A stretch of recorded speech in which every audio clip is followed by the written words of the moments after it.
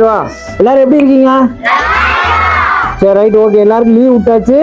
காலையிலேருந்து மதியானம் சாயங்காலம் வரைக்கும் வெயிலில் விளையாடுறீங்க. சாயங்காலம் ஆனால் படிக்கிறதுக்கு ஒரு ஏற்பாடு பண்ணணும்னு சொல்லி தான் உங்களுக்கு என்னென்ன ஆர்வம் இருக்கோ மிஸ்ஸை சொல்லியிருக்கேன்.